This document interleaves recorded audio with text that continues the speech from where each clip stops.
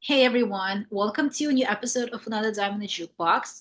Today, my guest is a Columbus, Ohio based guitarist and singer Lex Bauman. Okay. Hey Lex, how are you? I'm doing good. How about you? I'm doing good too, thank you. And real name is Randy, right? My name's Lex. My dad's name's Randy.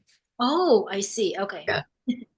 Okay, so you're 16 and you've been playing guitar since you were 9. When Yep. did you start singing? So I started singing when I was around 10, and that's really when I figured out that I really wanted to do music as a profession. I see. That's really cool. Do you write lyrics as well? I have co-writers too, but like it's all of collaborating, working together. I see. So you mostly write songs with other writers. Yeah, mostly. And when did you start writing your own lyrics? So I started out like writing my own lyrics and just figuring out how to do that when I was around 11 or 12. I started working on like how to record music. But like when I really got serious and started really trying to like make really good products, I think it was around like 14. I see. Well, hmm. I mean, yeah, that's really great. I mean, you finally got inspired. I mean, singing, playing an instrument, and writing your own lyrics. That's like the whole package. Yeah. So, yeah, what inspired you to become a musician? So really around my house, like since I was born, my dad plays guitar, my uncle plays drums, my grandpa plays guitar. So music was already all around my house.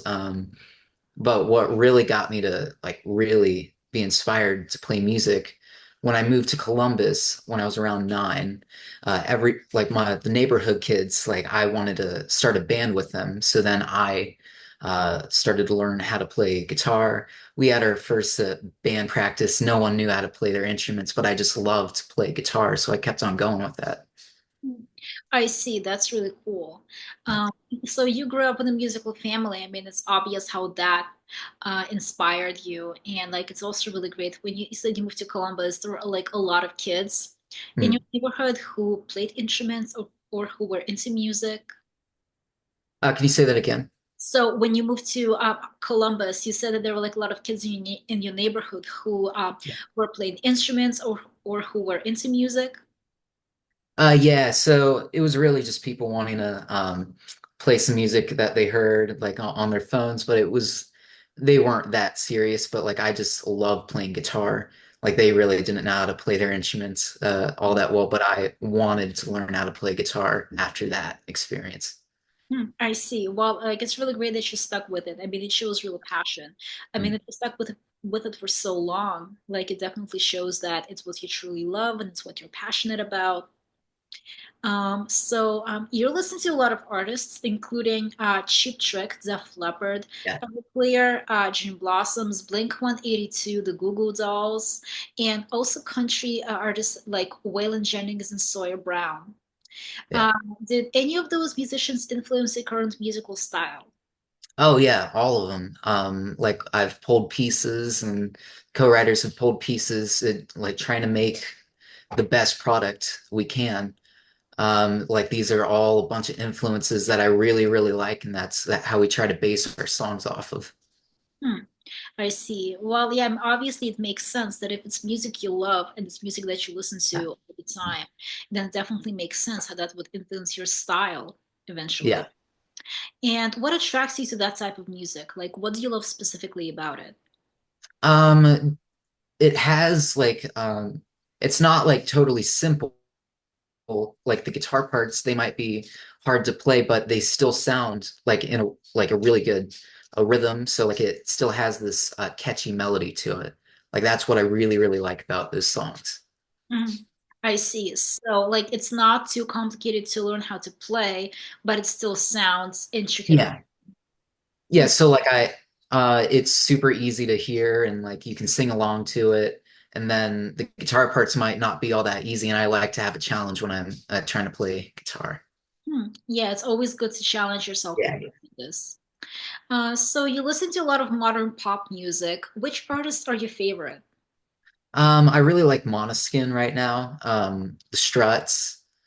Um, and I really like I think his name's Damiano David, like the singer from Måneskin. Like he has a solo thing out right now that I really like too.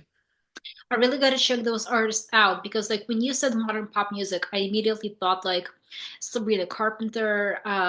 Let's see who else. Maybe Dua Lipa, like artists Yeah. like that.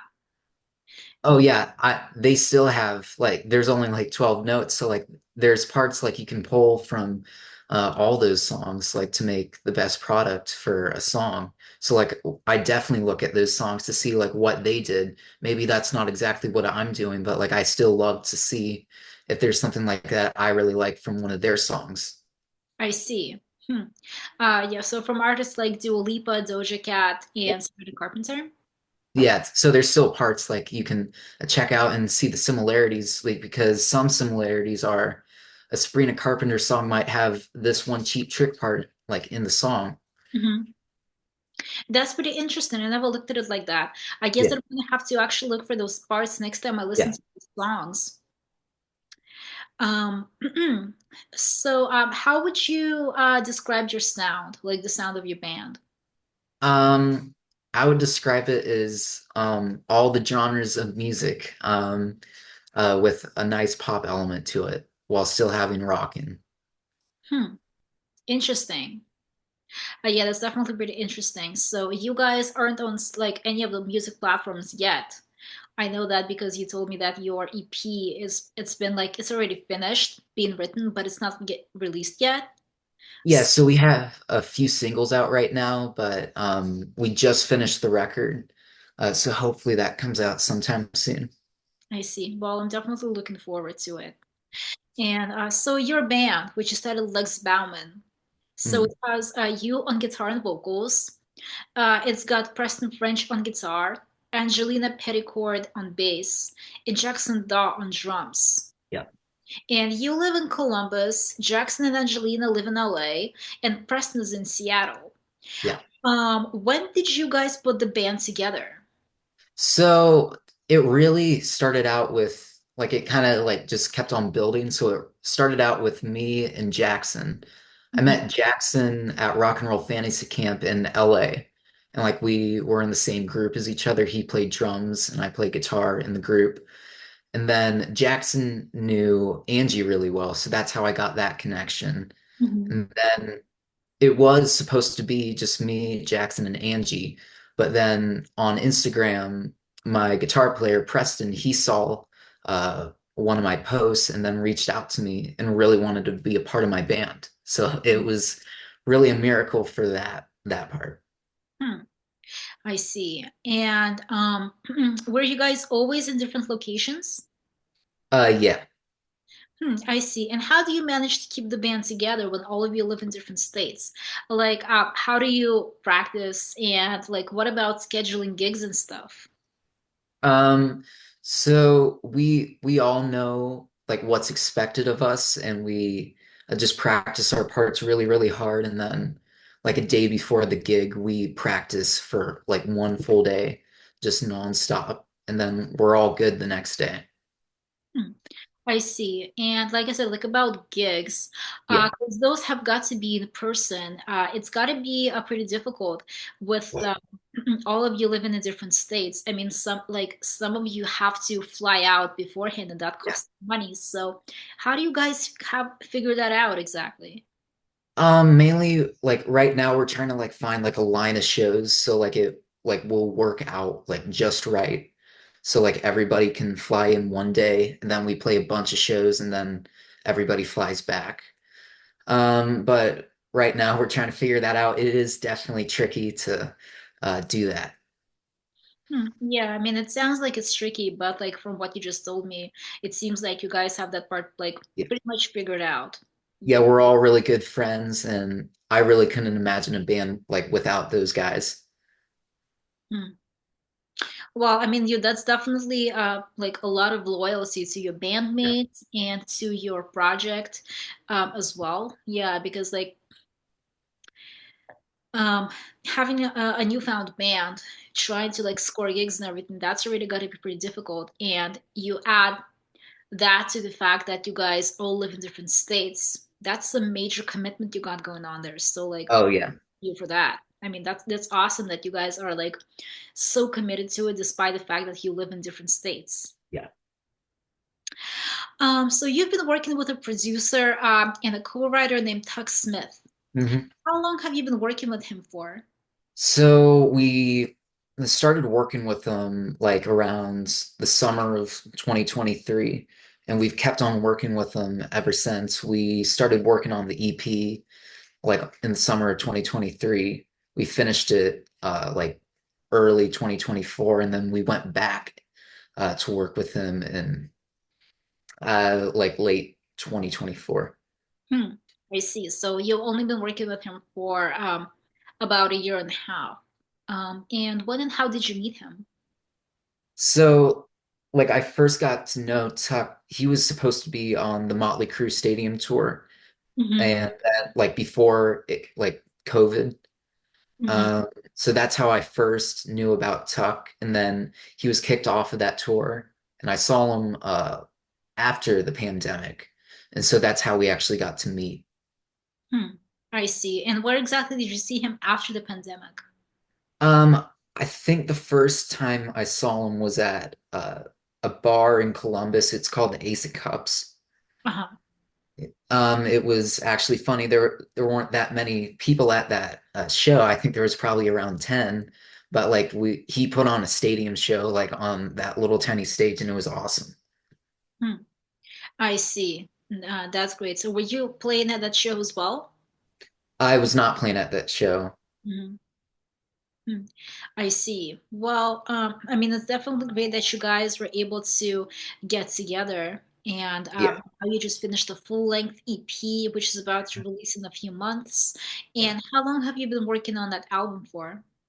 It's been a long time, like since we've started working with Tuck. It's since like the 2023, like that's how long we've been working on that record. Wow, that's a long time. How many songs are on it? So there's going to be 10 songs on the record.